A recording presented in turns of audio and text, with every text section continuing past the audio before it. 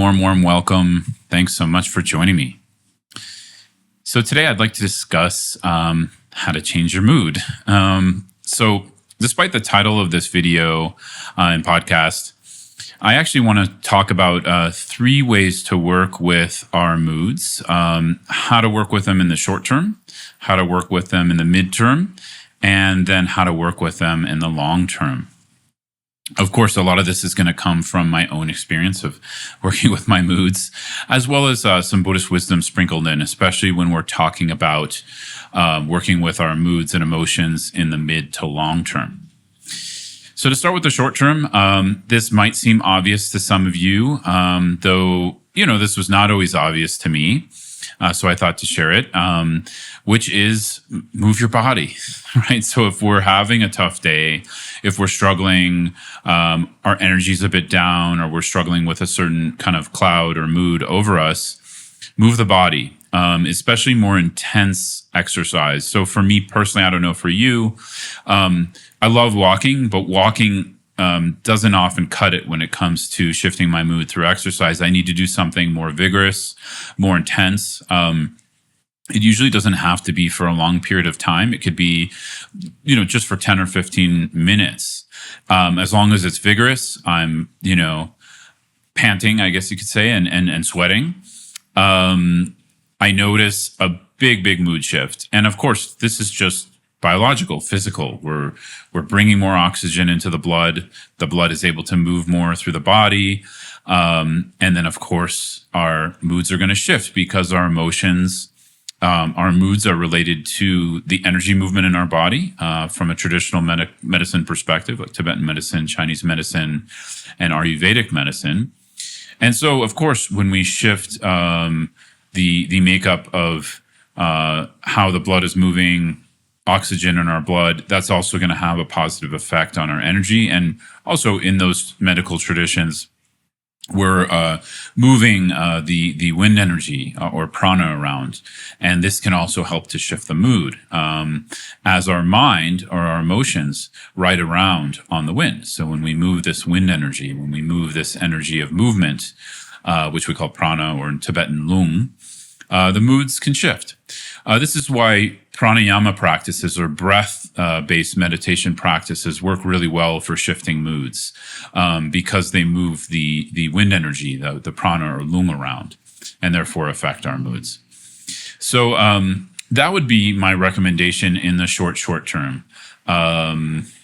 It just works, right?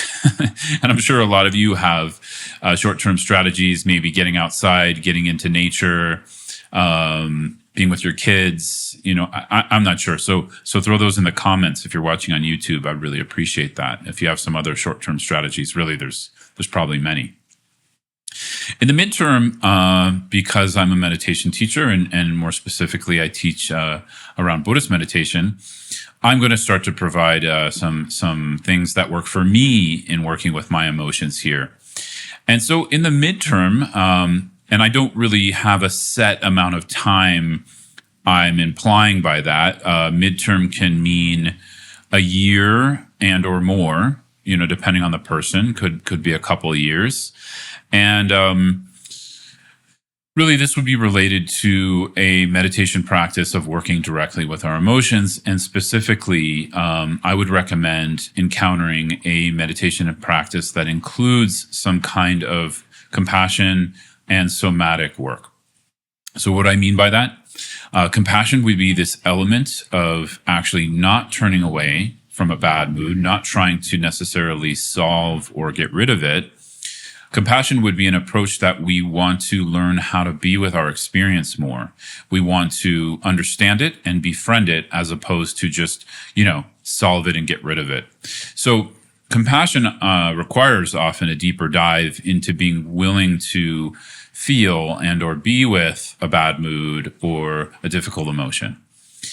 And from there, we can then introduce somatic or embodied-based meditations for learning to feel the feeling or learning to feel the felt aspect of a mood.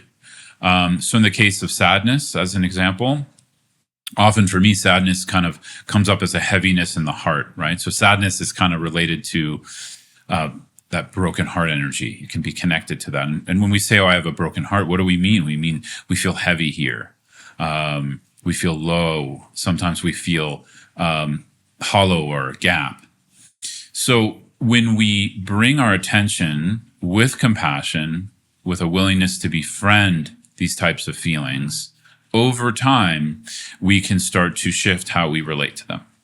Now, just a disclaimer here, this might not actually shift the mood in the short term, but what it will do is grow our strength and muscle of compassion and our ability to be with all of our life experience, which I actually think is even more valuable and important than shifting a mood. I make the case for that in a lot of my content. If for some of you who watch my YouTube channel or read my blogs or listen to my podcast, you'll see a lot of content really emphasizing and recommending the process of long-term self-compassion work. And so what this looks like is not necessarily compassion towards what we think of as self, but what makes up self, meaning the emotions we go through, the moods, different kinds of beliefs, thought processes, and not just ones that are uncomfortable, but ones that are actually comfortable too. So in the midterm, if we put some regular effort into meditation practices, like the handshake practice, which is something I recommend a lot, which is comes from my teacher, Sonir Rimshe. I also have some content on it, and different somatic practices I've shared. If that's a little too advanced for you, there's ones that are actually you can start with just feeling places in the body that is more neutral, that isn't activated with strong moods or emotions, and we learn to be there. We learn to open to that. We learn to not reject what's arising, but also because we're cultivating meditative awareness, we also learn to host these different experiences, moods, and emotions with awareness, this quality of mind that can bear witness, that can become watchful of our experience and our human life. So if you want more on that, you can definitely go to my website and check out guided meditations there. Like I said, I also have a lot of content on that on my YouTube channel, podcast, and in blog posts. So as far as long-term, this is where I would say we're going a little bit more into lineage-based Buddhism, what I practice personally as much as I can, and also what I recommend for people who have been meditating for a while and they're kind of treading water a little bit or wondering, what else, or is there more? And yeah, there's a lot more. And that really comes from where mindfulness and meditation practice comes from, which is traditional Indic traditions, not just Buddhism, but the other kinds of Indic philosophies and traditions, as well as I know some other cultures as well, but I'm just sort of sticking to Indic traditions coming from India as one example. So as far as one example of traditions coming from India, we have Buddhism. Now, Buddhism is very interesting when it comes to working with moods or emotions because it doesn't take the strategy that the problem is the mood, right? So I think initially, if we're approaching it short term, the problem is the mood, and we're just trying to shift our body, move a little bit, trying to open up the energy. In the midterm, because we're moving into more Buddhist approaches, we also are starting to work with a way of looking at it where we don't have to reject it right away. Right. So we're not immediately rejecting the mood or emotion, and instead we're learning to feel and be with it. So that would be moving into the territory of what the Buddha taught. But more fully, in the long term, and long term can mean our whole life, that we are really year after year working with an approach to life that of understanding that life is a consequence of a type of misperception. This does go into the religious department, so if you aren't interested, you can just tune that part out. But of course, Buddhism doesn't believe this is our first rodeo, that, the mind is beginningless and endless. And, the idea of just going into another physical body or location, when you think about it, it's not so radical. Because what is our physicality? Our mind also comes through the physical body, meaning we feel not because we have a body, we feel because there's a mind. It just so happens the mind is encapsulated in a body right now.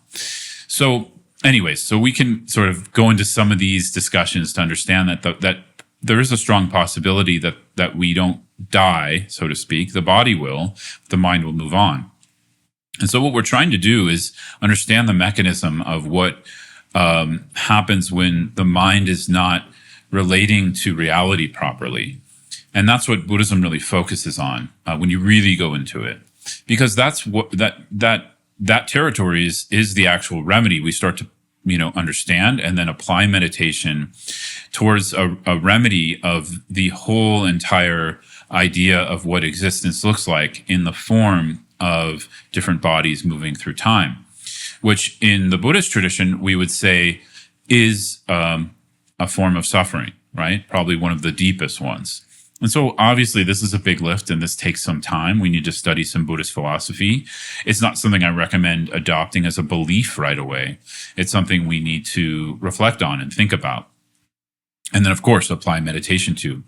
So as I've said in previous content, meditation in the Buddhist sense is built on a view or intention of what we are trying to get used to.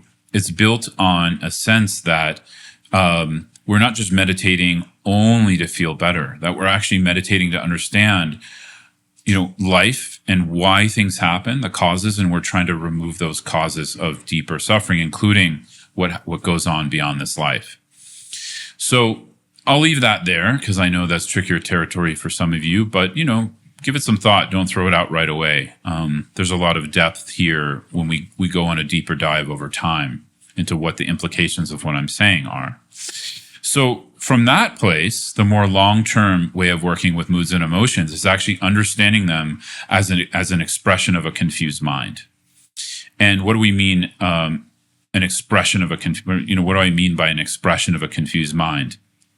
So mind is something that can function on two different levels. It can function on the level of duality, where there's a subject-object experience of mind, meaning there's someone here perceiving a world and others that are out there.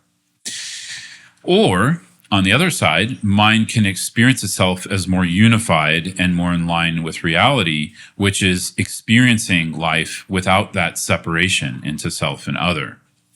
Now, words don't quite do this justice, because what they're actually referring to in the Buddhist path is a direct experience we need to develop over time through meditation, contemplation, and learning the Dharma. But this is really the long-term strategy for working with moods and emotions, because we start to understand moods and emotions are based on a misperception of self and other. And another way to talk about this is using the Sanskrit term pratitya samutpada, which means interdependence. So we learn to connect with this idea of interdependence rather than independence. And the idea of interdependence is, again, this unified experience that we are not separate from everything else. And so this is long-term because it obviously takes a lot of time to develop not only an understanding of this, but an actual experience through meditation. We start to taste it, and then that taste grows and grows. But this is what the Buddha, described as more the ultimate solution. Because if we don't work at this level, we're always going to have to apply some kind of a remedy or strategy towards a bad mood or an emotion we dislike. And we're never going to understand or relate to the underlying cause. So the Buddha, in his compassion and intelligence, really went right to the root cause and, of course, remedied that for himself. And then that's what he taught. He taught the path of how to remedy what we call dukkha, or dissatisfaction, suffering, pain, and this fundamental confusion of mind. So like I said, this fundamental confusion of mind, it also is not an innate thing. It's like a dream that's laid on top of what reality actually is. And so because it's a dream and it's a type of confusion, it's removable. So this is the good news. So I think when we study these deeper areas of Buddhist philosophy and how they might affect how we work with our emotions and moods, it's not to believe something, actually. It's to open up a whole new way of looking at ourselves and the world and looking at the process of how we work with mind. It's also to understand that this dreamlike quality to how we're experiencing this confusion around self and other can be remedied, can be removed, like I already said. And I think that needs to be emphasized a lot, because that's the good news. That's the positive news. Even though what I'm talking about is something very, challenging to see, and like I said, challenging to directly experience. Nonetheless, it's great news, because we can see, do we want to stay on the wheel, sort of like, putting a Band-Aid on something, or do we want to go to the very root of what the sickness is or the confusion is and remedy it there? So, I just wanted to present these three levels of how I think about working with moods and emotions, how I personally do it. We can even think of them as sort of different investment strategies in ourselves, right? Like short-term investment, mid-term, and long-term. I recommend doing all three, because, the short-term one we might need, but it's not very reliable because it doesn't last that long, right? Because we're bound to experience a mood change, a difficult emotion again. The midterm is a little bit more reliable, because we're not trying to necessarily get rid of emotions or bad moods. We're trying to learn to work with them through compassion and embodiment. And in the long term, we're actually trying to see the underlying causes of why we experience a bad mood in the first place, right? And again, like I said, Buddhism would say there's this fundamental confusion happening, that when we believe there's a separate self, we experience afflictive emotions and challenging emotions and moods. So I hope this was helpful.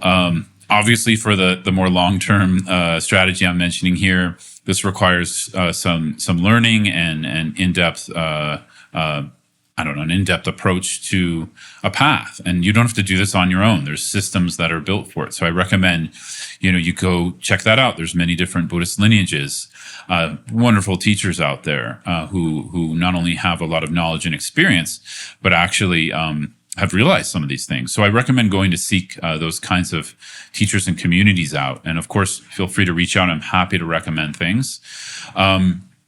Also, if you want to do some learning with me, you're welcome to check stuff out on my website at scotttusa.com. You can find courses as well as mentoring and different offerings, and a lot of just freely given content on my YouTube page, blog page, podcasts, etc., where you're listening to this right now. So thanks so much, everyone. I hope this was helpful. Give it some thought, short-term, mid-term, long-term. I would love to hear what you think of this. If you want more content like this, I'm happy to make it. Thanks so much. Take care.